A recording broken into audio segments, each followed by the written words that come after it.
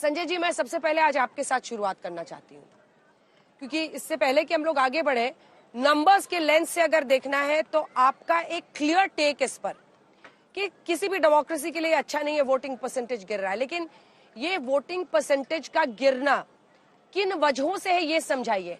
क्या, पहले आप बोलिए, उसके बाद मैं आप अगला सवाल पूछूंगी। संजय जी, ये क्या संकेत देता है?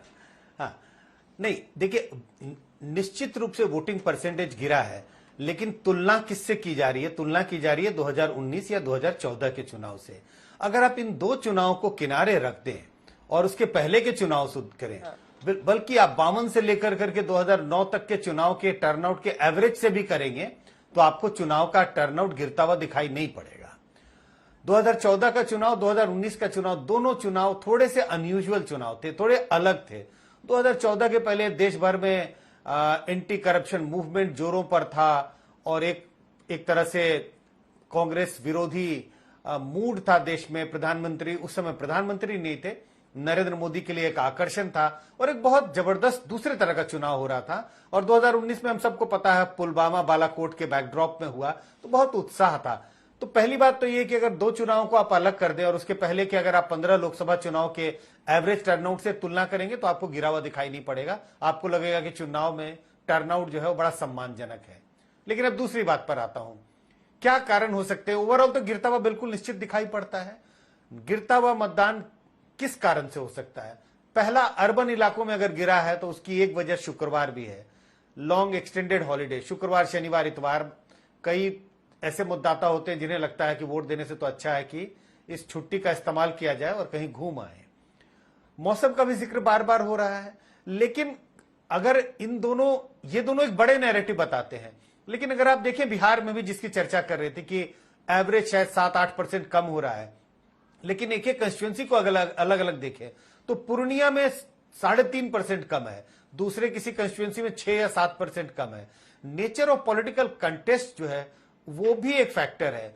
जिस लोकसभा क्षेत्र में ऐसा लगने लगता है कि एक बड़ा मजबूत उम्मीदवार है और दूसरा बड़ा कमजोर है परसेप्शन के हिसाब से, तो टर्नआउट कम हो गया। लेकिन जहां कांटे का मुकाबला है, बंगाल के कंस्टिट्यूंसीज को देखें आप, पहले दौर की जितनी कंस्टिट्यूंसी थी सब में लगभग उतना ही मतदान हुआ जितना 2019 में हुआ था। दूसरी दौर की कंस्टिट्यूंसी में तो थोड़ा कम हुआ है।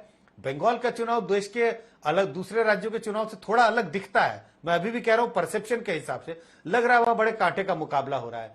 तो ये जो मुकाबला किस तरह का है, ये भी एक डिटरमाइनिंग फैक्टर है वोटरों को एक तरह से में उत्साह पैदा करने के लिए, मोबिलाइज करने के लिए।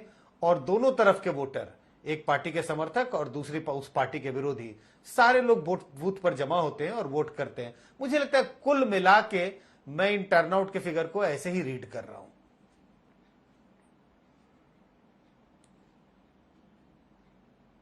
आप कह रहे हैं कि उत्साह लोगों में कम है, कोई एक सेंट्रीफ्यूगल वजह नहीं है जिसकी वजह से सब बूथ की तरफ भागे, और बाकी वजह तो गर्मी तो है ही भीषण।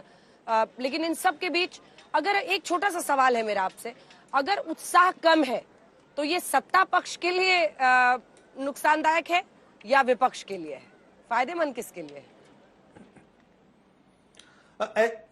नहीं, ऐसे तो कोई संकेत नहीं है कि इसका नुकसान सत्ता पक्ष को होगा या विपक्ष को होगा। मुझे लगता है नुकसान जिसकी चर्चा आप पहले कह रहे थे लोकतंत्र के लिए है, कि अगर लोकतंत्र में लोगों की चुनावों में दिलचस्पी, क्योंकि चुनाव लोकतंत्र की एक तरह से लाइफ लाइन है। अगर आप लोकतंत्र के लिए निष्पक्ष चुनाव होना, वोटरों का बूथ पर आना, वोट देना, तो लोकतंत्र का नुकसान है। देश के जो डेमोक्रेसी है, डेमोक्रेटिक प्रिंसिपल्स है, उसके लिए नुकसान है कि आप पॉलिटिकल पार्टियां जनता में उत्साह नहीं पैदा कर पाई इस चुनाव के बारे में, तो नुकसान लोकतंत्र का होता हुआ दिखाई पड़ता है।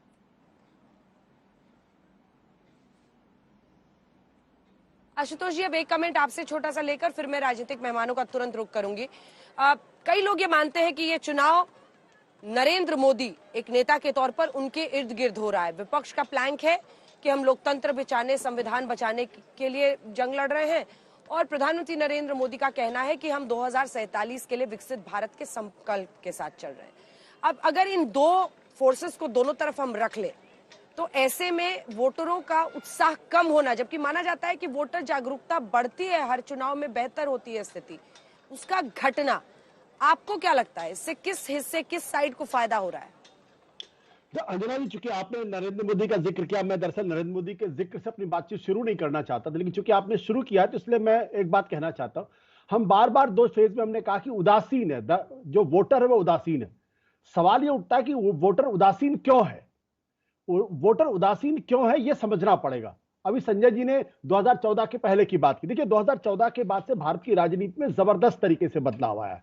हमने 2014 के पहले भी चुनाव कवर किए और देखे, लेकिन जिस तरीके से दो अलग अलग खेमों में बटा है वोटर आज की तारीख में, या तो वो नरेंद्र मोदी के साथ है पूरी कमिटमेंट के साथ, या नरेंद्र मोदी के खिलाफ है पूरे कमिटमेंट के साथ। दोनों एक दूसरे को फूटी आंख सुहाते नहीं, दोनों एक दूसरे को फूटी आंख देखना नहीं चाहते। यह स्थिति आज की तारीख में भारत के चुनाव में हो गई है। वैसी स्थिति में अगर वोटर प्रतिशत गिरता है तो इसका साफ मतलब यह है कि या तो नरेंद्र मोदी के समर्थक उस या तूफान के बीच में हर सीट पर पहुंच रही हूं। एक बार आशुतोष जी को दिखा दीजिए। आशुतोष जी, जो आपने कहा है उसका सामना मैं रोज कर रही हूं, क्योंकि हर दिन जहां भी जिस लोकसभा सीट में जाते हैं एक तूफान आता है और तूफान के बीच में बहुत मुश्किल होता है। जो आपने कहा ना कि मतलब एक इस तरफ है एक उस तरफ है और दोनों को एक दूसरे को मतलब फूटी आंख जिसको कहा जाता है, वाकई ये नहीं आ रहा है। लेकिन उदासीनता किसके लिए बेहतर है? उदासीनता किसके लिए बेहतर साबित होगा? ये एक ऐसा सवाल है जिसका जवाब देना थोड़ा सा मुश्किल काम। मैं क्यों कह रहा हूं, मैं उदासीनता को खोजने की कोशिश करूं। उदासीनता क्यों? मैंने कहा दो खेमों में बटे हुए हैं, तो दो खेमों में ये कि हर जो पक्ष है, जो विपक्ष, दोनों का एक खास तरीके का कमिटमेंट हो जाता है कि या तो मैं नरेंद्र मोदी को वोट हराने के लिए दूंगा या नरेंद्र मोदी को जिताने के लिए दूंगा। लेकिन अगर उदासीनता दिखाई पड़ रही है, इसका मतलब यह है कि या तो नरेंद्र मोदी को हराने वाला कह रहा है कि यार कोई फायदा नहीं है तो अब क्यों जाके वोट करें, फिर जीतना तो इनको ही है, या उनको हराने वाला वो भी उसी तरीके की बात करता है। तो ये दरअसल दुधारी तलवार है और इसके बारे में आज की तारीख में बिना रिजल्ट आए ये कहना बहुत मुश्किल काम है कि दरअसल कौन नहीं निकल रहा, वो जो हराने वाला है या वो जो जिताने वाला है। इसलिए मेरा कहना यह कि उदासीनता दोनों ही पक्षों के लिए, सत्ता पक्ष विपक्ष दोनों के लिए ही कहीं ना कहीं खतरे की घंटी है। और एक चीज जो मुझे स्पष्ट दिखाई पड़ रही है वो ये दिखाई पड़ रही है कि कहीं ना कहीं नरेंद्र मोदी को लेकर एक थोड़ा सा फटीग जरूर आ रहा है। और ये स्वाभाविक है क्योंकि 10 साल की एंटी इनकम्बेंसी है, महंगाई, बेरोजगारी, भ्रष्टाचार और एक ही चेहरे को बार बार देखने के बाद एक तरीके की बोरियत भी होती है, तो इसलिए उदासीनता आती है। लेकिन मैं ये कहने की स्थिति में नहीं हूं कि दरअसल इसकी वजह से भारतीय जनता पार्टी को फायदा हो रहा है या फिर इंडिया गठबंधन को फायदा हो रहा है। ये तो रिजल्ट आएगा तभी पता चल पाएगा। ठीक है सिद्धार्थ यादव जी, अब पॉलिटिकल लोगों के पास पहुंच जाते हैं। यही से आप बात को आगे ले जाइए। जो एनालिसिस है संजय जी का और आशुतोष जी सीधा कह रहे हैं कि मौजूदा सरकार को लेकर एक फटीग लोगों के मन में आ गया है और शायद इसीलिए ये उदासीनता है। देखिए अंजना जी, अभी आशुतोष जी एक एनालिसिस करने की कोशिश कर रहे थे और उन्होंने कहा कि उदासीनता तो है, पर वो क्यों है उदासीनता ये वो नहीं समझ पा रहे थे। पर एक बात जो समझ गए, वो कह रहे हैं कि एक चेहरे को बार बार देखने से बोरियत हो जाती है। आशुतोष जी का चेहरा भी बहुत लंबे समय से एज पॉलिटिकल एनालिस्ट देश की जनता देख रही है, कितनी बोरियत हो गई होगी मैं नहीं जानता। पर आज के अगर एनालिसिस और उदासीनता पर अगर सच्चा विश्लेषण आशुतोष जी करें तो उनको देखने को मिल जाएगा कि वोटिंग परसेंटेज शायद तभी ज्यादा बेहतर होता है जब एक पॉलिटिकल कॉन्टेस्ट अच्छा होता है। अगर पॉलिटिकल कॉन्टेस्ट दोनों ओर से अच्छा होगा, अगर दोनों पक्षों के वोटर्स को उम्मीद होगी, तो निश्चित रूप से एक अच्छा वोटर टर्नआउट आएगा। अब दो विकल्प देश के सामने हैं। एक विकल्प तो हमारा है और वो हमारे विकल्प को लेकर के जो हमारा कॉन्फिडेंस है, जो हमारे वोटर कि हमने आकांक्षाओं पर खड़े होकर के जो वादे हमने किए थे, उनके सामने जो अनसॉल्व्ड इश्यूज थे 10 सालों के, जो हमने पूरे करने का काम किया, चाहे फिर वो आर्टिकल 370 हो, राम मंदिर हो, टेररिज्म का मुद्दा हो, करप्शन को लेकर के इशू हो, इंसर्जेंसी को लेकर के इशू हो, कश्मीर का विषय हो, इन सब विषयों पर जो भारतीय जनता पार्टी ने वादा किया था, हम उस पर 100% उतरे। उसको लेकर के हमारे वोटर में उत्साह है।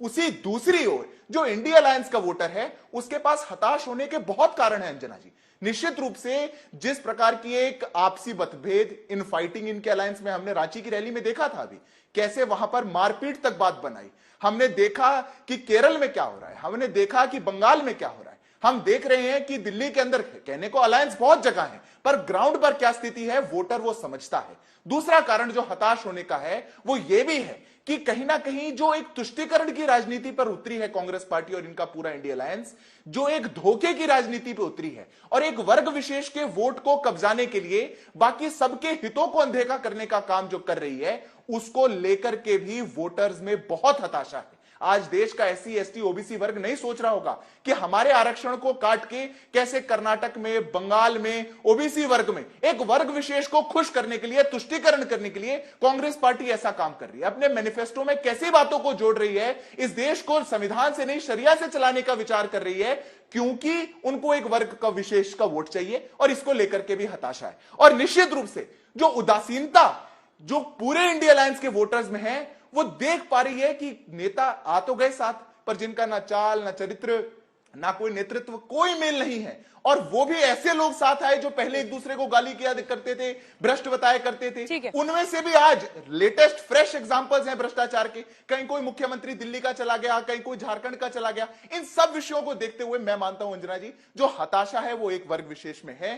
कांग्रेस पार्टी का वोटर एक वर्ग विशेष का तो आ रहा होगा, ठीक है। अब साबरा साहब बोले, फिर मैं आशुतोष जी आपके पास आऊंगी। ठीक है, मुझे पता है उन्होंने विशेष स्नेह आप पर बरसाया है, उसका आप जवाब जरूर देना चाहेंगे।